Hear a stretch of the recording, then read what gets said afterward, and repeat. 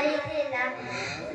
ମୋ ବାହାଘର ବେଳେ ମୋ ବୋଉ କହିଥିଲା ସବୁବେଳେ ତିନୋଟି କଥା ମନେ ରଖିଥିବୁ।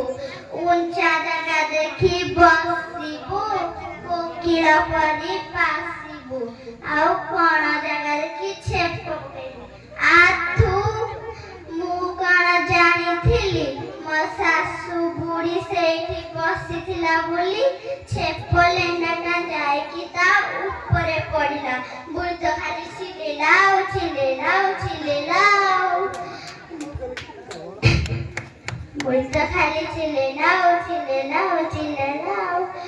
ମୁଁ କଣ ଛାଡ଼ିବା ପିଲା, ତୁ ଯୋଉ ଗହଣର ବାଉଁଶ ମୁଁ ସେଇ ଗହଣର କଣି।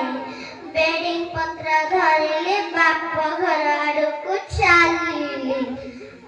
ମୋ ଗେରସ୍ତ ଆସି କହିଲା, ଓ ମାଇ ଚମ୍ପି ଡାର୍ଲିଂ, ଓ ମାଇ ଚମ୍ପି ସୁନ୍ଦରୀ, ରୁକ୍ ବାବା ରୁକ୍, ରୁକ୍ ବାବା ରୁକ୍, ଓ ମାଇ ଡାର୍ଲିଂ ଗିଭ୍ ମି ଆ ଲୁକ୍।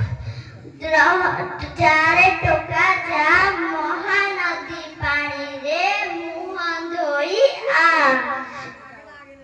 ତୁ ଚିଲିକା ଚୁଙ୍ଗୁଡ଼ି ମୁଁ କଦଳୀର ମଞ୍ଜା, ରହରେ ଟୋକା ତମ ସମସ୍ତିଙ୍କୁ ମାମୁଁ ଘରେ ପୁରେଇବି।